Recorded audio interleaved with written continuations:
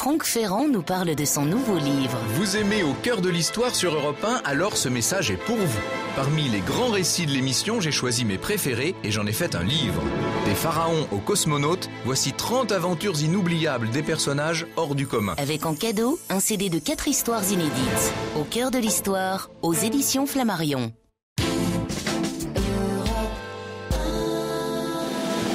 Franck Ferrand sur Europe 1, au cœur de l'histoire. C'est novembre et l'hiver approche avec son cortège de rhume et d'angines. Franck Ferrand se demande aujourd'hui sur Europe 1 comment on se soignait à l'époque où les médicaments de synthèse n'existaient pas. Bonjour Franck. Bonjour Julia, bonjour à tous. Eh bien, autrefois, on avait recours au simple, entendait les plantes dont les vertus curatives continuent de rendre de grands services. Pour en parler, j'ai demandé l'aide d'un savant aimable. Il est un peu notre herboriste national. Jean-Marie Pelt connaît les vertus de chaque feuille, de la moindre racine. Il va pouvoir nous faire profiter de ces lumières. Alors, si vous avez des remèdes de grand-mère à nous communiquer, c'est le moment de le faire. N'hésitez pas justement à envoyer vos informations sur le site internet d'Europe 1. Et pour nous mettre en train, j'aimerais évoquer à grands traits, au-delà des plantes elles-mêmes, ce à quoi ressemblaient les remèdes et l'hygiène au milieu du Moyen-Âge, disons au temps de Saint-Louis. Vous allez voir qu'il y a beaucoup d'éléments qui nous font sourire et qui pourtant devraient plutôt nous faire réfléchir.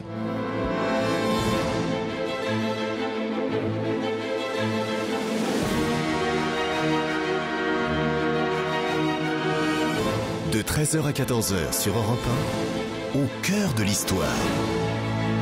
Franck Ferrand.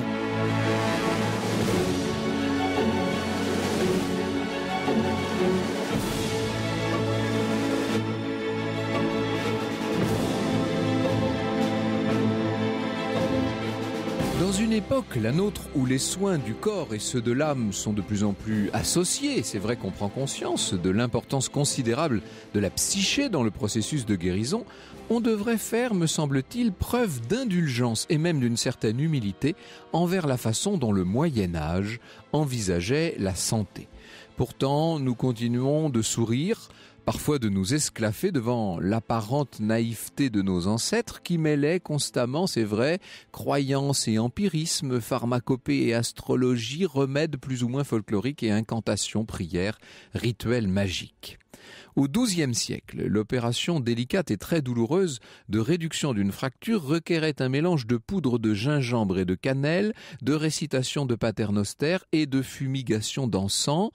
L'huile de scorpion et les œufs de fourmi, denrées coûteuses, étaient recommandées pour soigner l'apoplexie, entendez toutes les maladies de cœur, alors que l'on recommandait pour guérir un patient de la léthargie d'attacher un cochon à son lit. On pourrait aller loin dans ce genre loufoque, tant les textes médiévaux regorgent de prescriptions qui, à nos yeux, paraissent un peu aberrantes, pour ne pas dire grotesques, mais ça me paraît un peu facile. Et surtout, je crains que ces quelques exemples de remèdes extravagants ne nous cachent une vérité plus générale, et c'est la sagesse foncière des médications d'une époque qui doit tirer le maximum des très faibles moyens dont elle dispose. Or, qu'on le veuille ou non, le Moyen-Âge ne manque pas de préceptes éclairés en fait de santé et d'hygiène. Alors prenez par exemple le Regimen Sanitatis Salernitatum, c'est-à-dire le traité de santé de Salerne.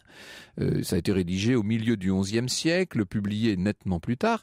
Ce traité est le fruit des observations de la célèbre école de Salerne qui a été fondée à la toute fin du premier millénaire et où le grand médecin tunisien Constantin l'Africain a passé toute la fin de sa vie. Ce traité met en avant l'alimentation et l'hygiène de la table, qui sont vraiment considérés comme la base de toute hygiène de vie. Je ne crois pas que nos manuels de santé les plus modernes disent foncièrement autre chose.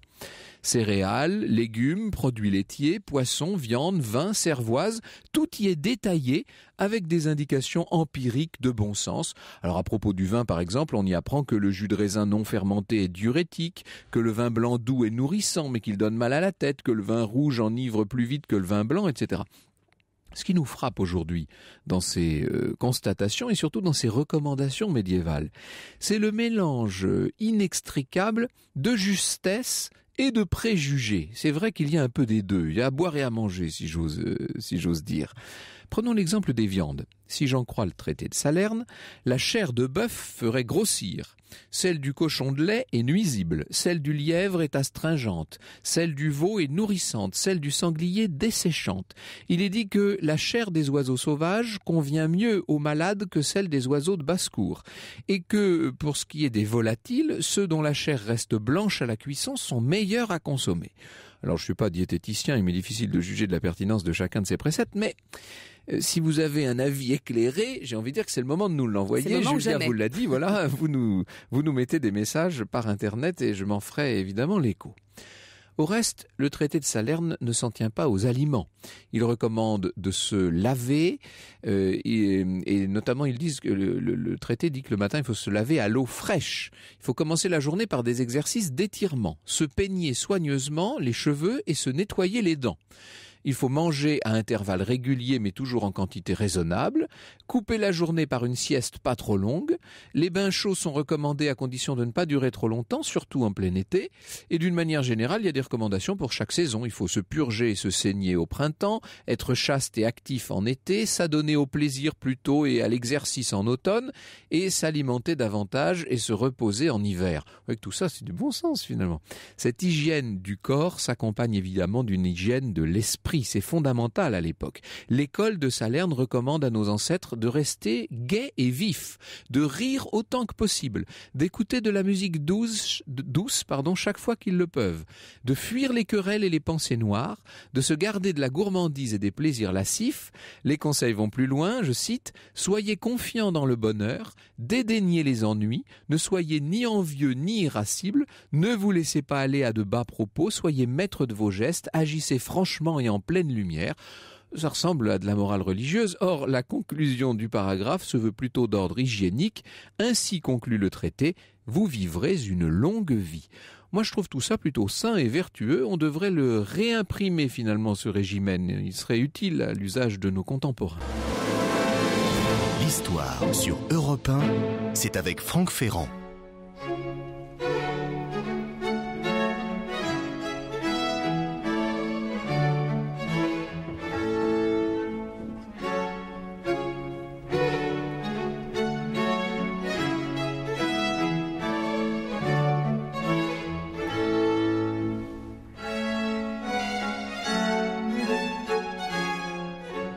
Un extrait sur Europe 1 du Malade imaginaire composé par Lully, Franck. Ça ne nous ressemble pas, ça, des malades imaginaires. J'ai, pour préparer cette émission, consulté un excellent livre qui s'appelle « Les remèdes du Moyen-Âge » de Michel Bilimoff. C'est publié chez Ouest France. Et Michel Bilimoff s'attarde sur l'école de Salerne. Elle revient sur le rôle majeur de Constantin l'Africain, qui est le traducteur de nombreux ouvrages de médecine arabe, réunis sous le nom d'Antidotère des médicaments simples. À partir des écrits d'un autre salernitain qui s'appelle Platerius, et qui sera publié plus tard, ça s'appelle le livre des simples, on peut dire que ce sont les bibles des apothicaires pendant des siècles, avec l'Antidotère Magnus, avec l'Antidotère Nicolas également, etc. Ce sont donc un peu les vadémécums de l'époque. À partir du XIIe siècle, écrit Michel Bilimoff, les écoles de médecine se multiplient et elle cite Montpellier, bien sûr fondée en 1220, école majeure dont nous avions eu l'occasion de parler lors d'un déplacement en Languedoc sur l'antenne d'Europe 1. D'autres écoles suivront l'exemple montpelliérain à Paris, Toulouse, Padoue, Bologne évidemment, etc. En cette fin de XIIIe siècle, une figure se détache parmi les savants de Montpellier. J'emploie ce terme savant, ce terme vague à dessein, parce qu'il est très difficile à l'époque de distinguer parmi les médecins, théologiens, alchimistes, astrologues. Tout ça constitue un seul et même corpus de savoir et de compétences au Moyen-Âge. Le grand personnage en question s'appelle Arnaud de Villeneuve. Il dirige l'école de médecine entre 1291 et 99. Il devient le médecin attitré des grands de ce monde. C'est du reste le pape Boniface VIII qui va le sauver in extremis du bûcher où l'on fait condamner ses théories jugées hérétiques en théologie. Il devra fuir l'Inquisition jusqu'en Sicile avant d'être rappelé à Avignon au chevet du pape Clément V. Et c'est comme ça qu'il va inspirer à Clément V la célèbre bulle de 1309 sur la formation des médecins, une bulle qui inclut la connaissance obligatoire d'une quinzaine de grands traités, dont ceux de Galien, d'Avicenne, etc. On va y revenir dans un instant. Le savoir des médecins se développe donc peu à peu, mais aussi celui des faiseurs de remèdes. Or, ce qui apparaît à mesure que la pharmacopée se développe, qu'elle se complexifie et intègre des ingrédients exotiques, parfois très coûteux, c'est la séparation entre une médecine savante qui va être de plus en plus réservée aux élites de la population et une médecine populaire fondée sur des remèdes issus de la nuit des temps, comme ceux qui figurent dans le recueil intitulé « Médecine des pauvres » de Rhazès. Rhazès était un médecin perse du IXe siècle. Dans les campagnes, pendant longtemps, en fait jusqu'à une période tout à fait récente, les remèdes continueront à être préparés selon une tradition essentiellement orale, souvent par les familles elles-mêmes, et tout ça à partir d'éléments simples, c'est-à-dire non composés, essentiellement végétaux. Nous allons venir dans un instant à l'usage médicinal des plantes dans nos vieilles contrées où elles sont exploitées pour leurs vertus depuis très longtemps, depuis les Celtes et même probablement bien avant. Plus tard, au XVIIIe siècle, le bénédictin Don Alexandre écrira à propos des remèdes populaires, donc pas chers. On s'attend bien qu'étant composés d'éléments communs et même dégoûtants, ces remèdes seront méprisés et rejetés par les riches et par les personnes qui, affectant des airs de grandeur jusque dans l'usage des remèdes, n'estiment que ceux dans lesquels n'entrent que des drogues rares venues des Indes et à grands frais. Plus la pharmacopée donc se complexifie et plus on voit se scinder la profession médicale, médecins et guérisseurs d'un côté, on pourrait dire praticiens, plus tard les chirurgiens barbiers viendront aussi jouer leur rôle, et puis de l'autre préparateurs, marchands de potions, on parlera d'apothicaires. À l'origine ils se confondent largement avec les épiciers, les marchands d'épices. En 1353, nous dit encore Michel Bilimoff, un décret du roi Jean le Bon, c'est celui qui sera fait captif à Poitiers 3 ans plus tard, un décret royal ordonne que tous apothicaires et épiciers de Paris auront l'antidotaire de Nicolas corrigé. Vous voyez bien que donc il leur faut ce volume. Cette profession, celle de pharmacien, est bien en train de s'organiser au moment même où l'interdiction est faite aux moines, interdiction qui va être souvent renouvelée, de soigner dans leur couvent, ce qui va conférer une grande importance aux professionnels de santé, si j'ose cet anachronisme. Alors avant d'en venir en compagnie de Jean-Marie Pelt à l'inventaire des plantes curatives et à leur intégration à toutes sortes de remèdes, j'aimerais juste dire un mot de la théorie des analogies qui a été formalisée plus tard par le grand Paracelse en théorie des signatures. Je ne suis pas certain de l'avoir parfaitement comprise cette théorie, mais Jean-Marie Pelt en est un spécialiste, il nous expliquera. Ça présuppose en gros que les plantes nous disent ce qu'elles sont censées traiter, que la ressemblance notamment d'une plante avec un organe du corps humain désignerait sa vertu curative. On va voir ce qu'il en est exactement. Avant de donner la parole à Jean-Marie Pelt, je la laisse une dernière fois, si vous le permettez, au grand médecin Arnaud de Villeneuve, à ce grand curateur du Moyen-Âge. Finalement, écrivait-il, le meilleur traitement, c'est celui qui procure le résultat escompté par les moyens les plus simples. Décidément, nous sommes bien d'accord. Franck Ferrand sur Europe 1, au cœur de l'histoire. J'ai descendu dans mon jardin, j'ai descendu dans mon jardin pour y cueillir du romarin. Gentil coquelicot, mesdames, gentil coquelicot nouveau. Mirabelle sur Europe 1 qui nous chante « J'ai descendu dans mon jardin ». Et oui, nous nous intéressons aujourd'hui aux remèdes de nos aïeux, Franck. Et le moins qu'on puisse dire, c'est que ça intéresse nos auditeurs. Je croule littéralement sous les messages.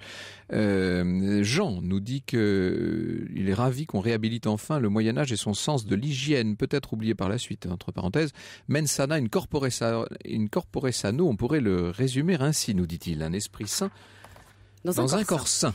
Je me débat avec mes fiches. Oui.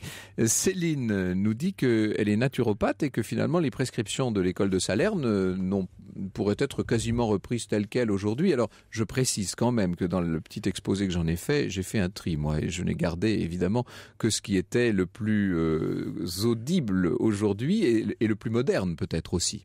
Alors Alexandre, qui est pharmacien, nous dit qu'il profite de l'occasion pour établir une très nette distinction entre l'origine naturelle ou bio, si l'on veut, d'une substance active et sa toxicité potentielle. Trop souvent, nous dit-il, la population fait une association entre naturel et inoffensif, ce qui est tout à fait faux. Eh bien, il suffit de voir à quel point certaines plantes sont effectivement des poisons violents. Et puis alors, nous avons toutes sortes de remèdes de grand-mère, si je puis dire, qui nous arrivent également par Internet. Je les réserve pour la fin et nous ferons un petit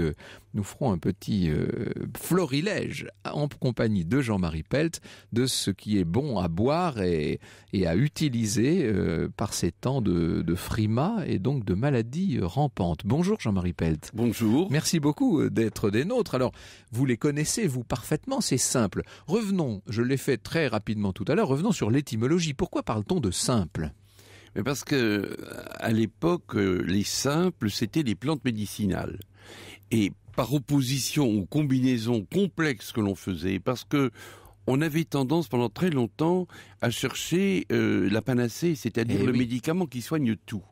Et comme on ne trouvait pas le médicament qui soigne tout, il fallait combiner des médicaments simples pour en faire des complexes. Alors il y a l'exemple très célèbre de la thériaque, qui était une mixture à base d'opium, fabriquée par Galien, le grand médecin de Marc Aurèle, empereur romain du second siècle.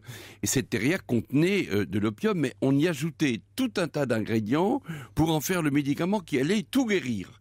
Et les éléments s'appelaient les simples. C'est pour ça qu'on disait les simples. Et aujourd'hui encore, on dit les simples dans mon métier en pharmacie. Alors, dans cette thériaque, ce qui est très intéressant, c'est qu'il y avait effectivement de l'opium.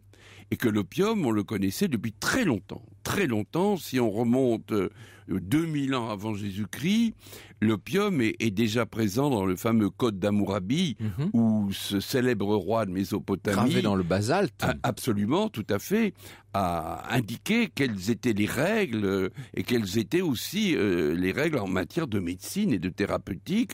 Et ce qui est fort intéressant, c'est que bien avant, au fond, de tout guérir, et aujourd'hui encore, on ne guérit pas tout. Bien avant de tout guérir, on savait calmer la douleur.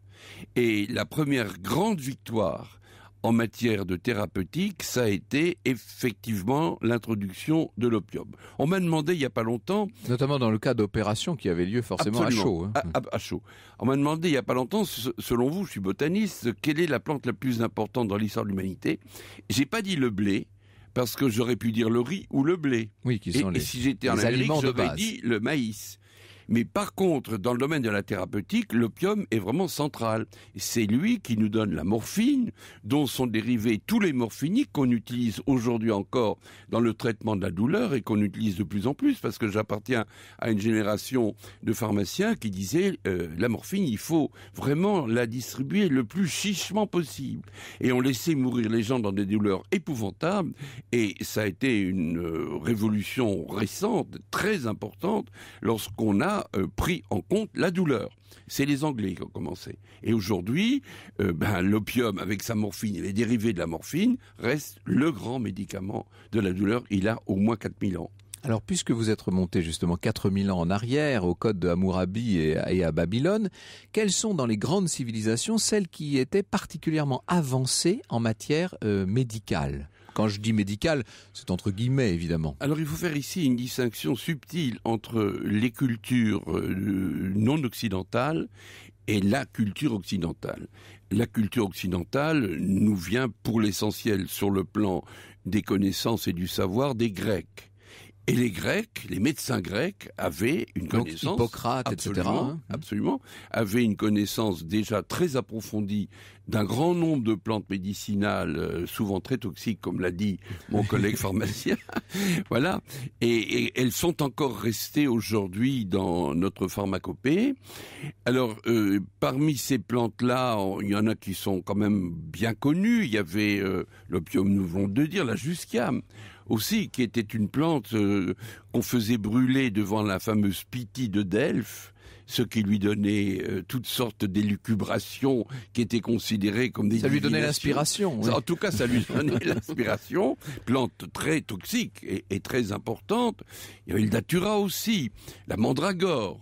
Ces plantes-là, les trois dernières, sont utilisées par les sorciers dans le monde entier. Ce sont les plantes qui donnent, disons, du pouvoir quand on sait les manipuler, mais à manipuler avec une grande précaution. Oui. Alors on avait la scile, qui est un médicament du cœur tout à fait remarquable. Nous l'avons remplacé ensuite par la digitale, mais la scile a été un médicament du cœur remarquable. Nous avions le séné qui était un purgatif tout à fait efficace. Nous avions la colchicque qui est le médicament de la goutte, et qu'on continue d'ailleurs à utiliser dans cette indication aujourd'hui encore. Donc le fond de notre thérapeutique, c'est les Grecs. Alors, il y a cet univers gréco-latin, mais on devait bien avoir, nous, dans nos pays, également, des racines celtes dans l'utilisation des plantes. Non, on imagine toujours, notamment, bien sûr, les druides faisant savamment leur cueillette à travers J'allais vous le dire. Alors, il y avait le gui, évidemment. Le gui qui était une plante mythique, une plante riche, chargée de symboles, mais qui est un hypotenseur et qui est un vrai médicament. Et qui, étrangement, est considéré souvent comme un adjuvant dans les thérapeutiques anticancéreuses. On va dire aux personnes qui nous écoutent, dans le cancer, il ne faut pas aller bricoler des plantes médicinales. Il faut évidemment suivre les protocoles thérapeutiques des cancérologues. Mais on peut prendre du gui de chêne aussi comme adjuvant. Il semblerait que ça facilite un peu le traitement et que ça le rende plus léger.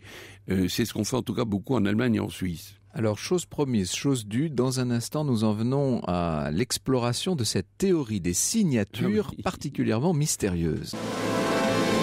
L'histoire sur Europe 1, c'est avec Franck Ferrand. Nous vous retrouvons, Franck, sur Europe 1 avec votre invité aujourd'hui, Jean-Marie Pelt, qui est botaniste et pharmacologue. Son dernier ouvrage s'intitule « Heureux les simples » et c'est sorti chez Flammarion. Alors ne nous y trompons pas, on va y venir d'ailleurs à la fin de cette émission. Ce dernier ouvrage s'appelle « Heureux les simples » et on pourrait croire qu'on parle des simples des plantes. En fait, parle de notre martyrologue de tous les saints. Et c'est très passionnant. D'ailleurs, on découvre que finalement, tous ces saints font partie de notre vie sans même que nous le sachions toujours. Oui, alors, les simples, ça vous guérit le corps en principe. Et les saints vous guérissent l'âme. Et les saints nous guérissent l'âme. Et oui, absolument. Et j'ai écrit ce livre en 6 mois. Et je dois dire que j'ai trouvé un bonheur extraordinaire à écrire ce livre. Pourquoi ? Parce que j'ai fréquenté pendant 6 mois des personnages complètement hors du commun, qui ont fait des choses extraordinaires, et donc aussi Hildegard de Bingen, naturellement. Alors ça tombe bien, parce que Jean-Christophe nous demande si, à l'occasion de cette émission sur les plantes, nous allons parler d'Hildegard von Bingen. Évidemment que nous allons en parler. J'en parle longuement dans mon ouvrage Heureux les simples. Elle est la patronne de l'Allemagne. C'est la plus grande personnalité de son siècle, le XIe siècle, avec Bernard de Clairvaux. Grand herboriste aussi, bien sûr. Absolument, grand herboriste, grande visionnaire, grande prophétesse, grande musicienne, grande linguiste. Enfin, c'est un immense génie, Hildegard. Et dans le domaine qui nous intéresse, des plantes médicinales, elle les utilisait à son profit. Alors, on ne peut pas dire qu'elle était médecin, parce que le mot n'existait pas dans la mesure où, à son époque, il n'y avait pas de faculté de médecine. Mais elle était, disait-on, thaumaturge. Donc, elle guérissait par les plantes, en insistant beaucoup sur le fait qu'il faut guérir l'âme en même temps que le corps. En insistant beaucoup sur le fait qu'il fallait tenir compte de la mentalité, de la sensibilité du patient. Et que c'était pas standard. Et que chaque patient devait avoir un traitement qui lui convient à lui personnellement. Et alors, elle nous a donné la liste de toute une série de plantes médicinales qui sont en gros celles des Grecs, parce que c'est ce qui restait du potentiel grec à l'époque. Mais ce qui est intéressant, et qui va beaucoup frapper nos auditeurs, c'est que cette grande sainte connaissait très bien les herbes abortives et les conseillait. Car à son époque, on disait que l'âme ne rentrait dans le bébé qu'au bout d'un certain temps. Et que si par conséquent on avortait avant, c'était pas grave. Oui, et ça a été repris. Peut flotter d'un siècle à l'autre. Absolument. Et ça a été repris par l'immense Thomas d'Aquin, qui est le saint suivant, que j'ai traité aussi dans le bouquin, qui a dit l'âme rentre au 3e mois. Il a fixé, lui, une date précise. Et alors, cette grande Hildegard s'étend sur la sexualité d'une manière absolument époustouflante, parce qu'on a l'impression que les saints sont des gens très prudes, très chastes, mais pas du tout. Elle est très ouverte. C'est une grande abbesse, mais elle est très ouverte parce qu'elle est ouverte à ce qui concerne les gens. Elle vit proche des gens. Elle n'est pas une évaporée. Et elle est pleine d'amour pour eux. C'est un personnage magnifique. Alors, ce qui est aussi magnifique, c'est qu'elle a prévu la crise écologique. Elle a écrit des textes sur... Oui, parce qu'elle est une grande visionnaire. Il faut dire, Sainte Hildegard, c'est d'abord de vision, bien entendu. Eh bien, on lira dans le livre, si on y va, son texte sur l'annonce de la crise écologique actuelle, l'annonce du réchauffement climatique, l'annonce d'une nature qui se vengera de nous parce que nous l'avons maltraitée et qui nous fera souffrir. Tout ça est d'une haute actualité, parce que ces personnages, qui sont d'immenses génies, sont toujours d'actualité, comme François d'Assise aussi, qui est un personnage d'actualité. Vous nous avez parlé de l'intérêt de Saint-Hildegarde pour les questions sexuelles. Pour avoir beaucoup moi-même feuilleté de manuels et de traités du XVIe siècle, je sais à quel point la pharmacopée, et notamment la pharmacopée végétale, notamment le recours aux plantes, concerne très souvent et presque majoritairement des questions sexuelles. Et d'ailleurs, c'est Babette qui nous demande si nous connaissons les fleurs et secrets de médecine de maître Raoul Dumont-Vert. Et alors, je peux même pas lire à l'antenne ce qu'elle nous raconte, mais semble-t-il, ça donne beaucoup d'indications sur des aspects tout à fait sexuels, en fait.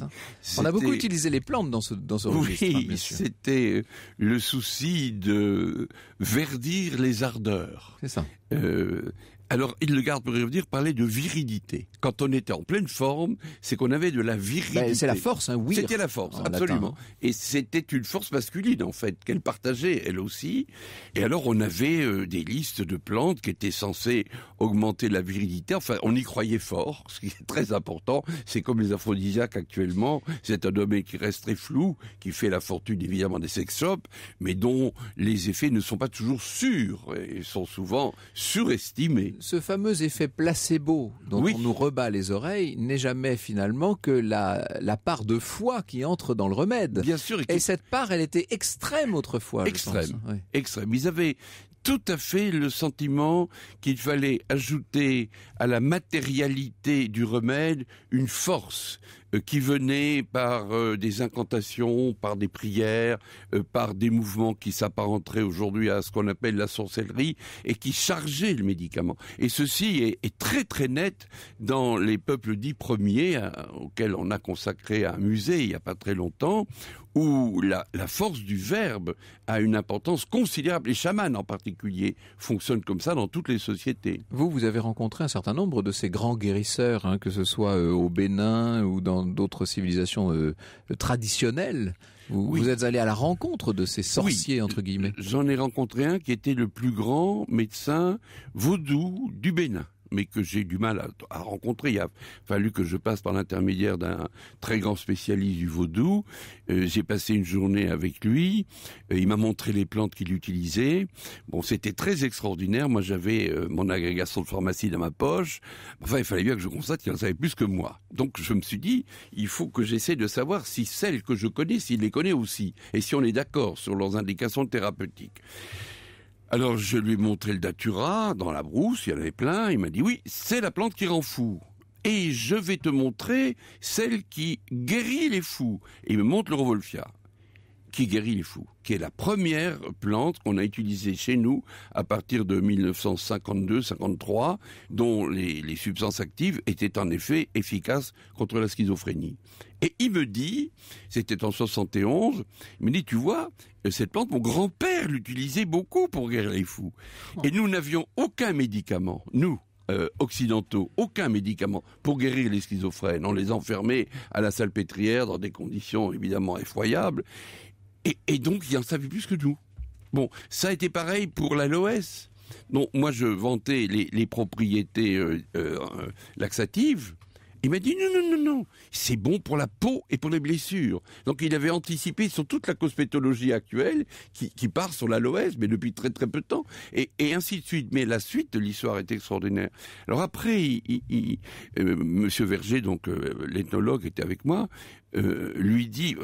Tu peux raconter à Jean-Marie comment tu fais pour connaître les propriétés. Non, il a répondu, il n'y comprendra rien de toute façon. Dis-lui quand même. Bon, il a dit, c'est mon père qui me dit les propriétés des plantes. Ah, j'ai dit, c'est votre père. Oui, c'est mon père. Mais toi, tu penses que j'ai retenu ce que mon père a dit? Pas du tout. Je n'ai rien retenu du tout. Moi, je communique avec mon père. Mais il est mort depuis 30 ans. Et j'ai dit, ah oui, et comment? Viens voir. Et il m'emmène au bord de la mer.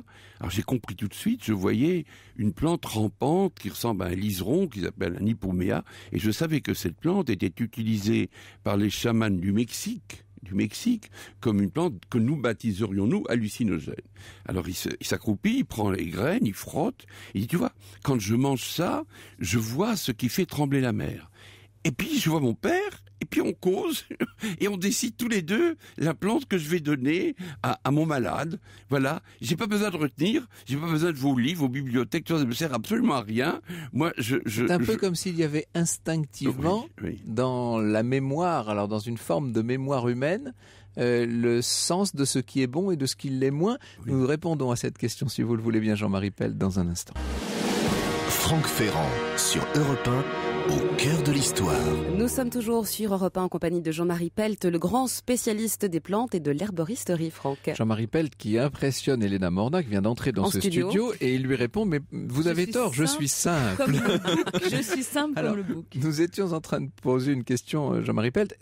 Est-il possible que nous ayons engrammé quelque part dans un coin d'une mémoire aujourd'hui oubliée un certain nombre d'instincts concernant les vertus médicinales d'un certain nombre de plantes ? Oui, alors là, nous allons un peu plus loin que la science contemporaine, qui est assez, disons, réductionniste, objective, analytique, un peu matérialiste aussi. Et puis il y a cet immense domaine qu'on ne connaît pas. Et cet immense domaine permet de découvrir que nous portons en nous des potentialités qui sont inconnues, que nous sommes amputés d'un certain nombre de qualités qu'avaient justement ces grands guérisseurs, ces grands chamans, qu'avaient les mystiques dont je parle beaucoup dans Relais Simple. C'est pareil, le même phénomène se produit. Il faut qu'il y ait un affaissement des forces biologiques, des forces physiologiques, pour que quelque chose d'autre apparaisse. Et les grands mystiques, c'est ce qui leur est arrivé. Alors ils font des choses incroyables, ils ne mangent pas, ils lévitent, ils grimpent en l'air. Bon, ça nous paraît complètement époustouflant. C'est vrai dans toutes les religions, dans toutes les traditions spirituelles. Donc il y a un domaine qui va plus loin que ce que nous croyons être les limites définitives. C'est ça que je peux dire avec 50 ans de métier quand même. Assez lourdement, je vais redescendre sur le plancher des vaches après cette très belle élévation. Il faut qu'on soit conscient, et on n'a pas le temps d'entrer trop dans le détail, mais il faut dire bien clairement que pendant très longtemps, au moins jusqu'au XVIIe siècle, toutes ces disciplines étaient confondues, qu'on ne faisait pas trop de différence entre alchimie, enfin on faisait des différences, mais on traitait parallèlement, enfin simultanément, l'alchimie, l'astrologie, la médecine, et tout ça faisait partie d'un grand savoir. Tout à fait. Et cette injonction que nous avons eue de tout séparer, de tout compartimenter, nous a fait regarder comme ridicules, voire sulfureux, des savoirs qui, après tout, étaient loin de l'être. Alors, je reviens à quelques-uns des messages qui nous arrivent, il y en a tellement. J'utilise les huiles essentielles, nous demande Marjorie, à titre de prévention. Je n'ai jamais pu en trouver de justification scientifique, ça nous entraînerait peut-être un peu loin. Si, c'est très bactéricide. Le citron, nous dit Françoise, est souverain pour les aftes. Une recette contre le rhume, propose Chantal, infusion de thym, jus de citron et miel. Alors c'est pas faux. Le miel, j'ai vu quelque part qu'il était utilisé également, parce que j'en ai un peu partout, utilisé contre l'herpès, si je ne m'abuse, c'est ça ? Oui. Du miel, voilà, sur un bouton de fièvre naissant, le miel serait souverain. Oui, parce que c'est un émollient, oui. Alors tous ces petits remèdes de grand-mère sont encore très utilisés de nos jours. C'est le vieux fond sur lequel on est assis et qu'on oublie d'ailleurs. La culture, c'est ce qui reste quand on a tout oublié. C'est ça. Alors, y a-t-il, on a parlé d'Hildegarde de Bingen, bien entendu, y a-t-il parmi ces saints que vous nous présentez dans Heureux les simples, Jean-Marie Pelt, c'est publié chez Flammarion, y a-t-il des saints qui ont été en même temps des guérisseurs, des thaumaturges, des connaisseurs des vertus médicinales ? Oui, il y en a eu. Moi, j'ai surtout effectivement mis en scène Hildegarde, mais il y en a eu qui étaient très proches de la nature. Un Saint François d'Assise uniformément connu. J'apprenais hier que Lady Gaga avait 16 800 000 personnes sur son compte Twitter. Mon Dieu. Saint François d'Assise Lady Gaga, a 1,5 milliard de chrétiens qui le connaissent. Il est plus célèbre que Lady Gaga. Vous vous rendez compte ? Alors voilà un personnage qui aimait la nature, qui aimait les animaux, qui n'aurait absolument pas supporté les élevages industriels tels qu'on les a vus et tels qu'on va abandonner, évidemment, cette manière de les mettre dans des conditions difficiles pour eux. Il était non violent, ce qui était très moderne. Il était non violent et il était sobre, c'est-à-dire il était écolo.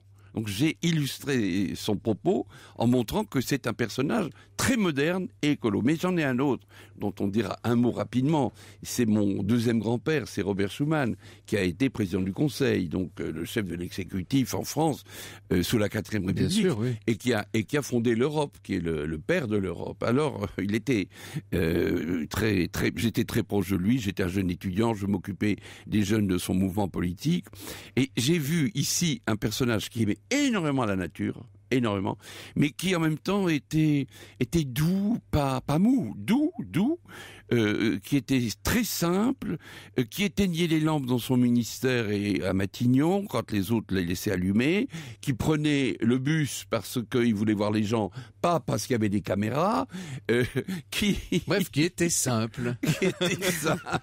Et qui était simple puisqu'il est en cours de béatitude. Mais je raconte à son sujet des histoires très drôles, si vous voulez, et il est très actuel. On pourra peut-être faire une émission sur lui en votre compagnie. Si vous êtes d'accord, ce serait formidable. Ça serait pas mal. Heureux les simples de Jean-Marie Pelt, c'est édité chez Flammarion. Bonjour Elena. Bonjour Franck, et puis alors si vous le permettez, je vous inviterai moi pour une autre émission sur les remèdes de grand-mère. En attendant, on va passer de la simplicité à la gentillesse. La question que nous nous posons avec les experts aujourd'hui, c'est peut-on réussir en étant gentil ? A priori, les études vous disent que non, et nous allons vous prouver le contraire. À tout de suite sur Europe 1, vos questions au 39 21 34 centimes la minute. La supériorité bien connue des dauphins sur les requins. Merci Elena, à demain Julia. La chose est dite. Merci Franck, à demain sur Europe 1. Franck Ferrand nous parle de son nouveau livre. Vous aimez Au cœur de l'histoire sur Europe 1, alors ce message est pour vous. Parmi les grands récits de l'émission, j'ai choisi mes préférés et j'en ai fait un livre. Des pharaons aux cosmonautes, voici 30 aventures inoubliables des personnages hors du commun. Avec en cadeau, un CD de 4 histoires inédites. Au cœur de l'histoire, aux éditions Flammarion. Éditions Flammarion. Éditions Flammarion. Éditions Flammarion. Éditions Flammarion. Éditions Flammarion. Éditions Flammarion. Éditions Flammarion.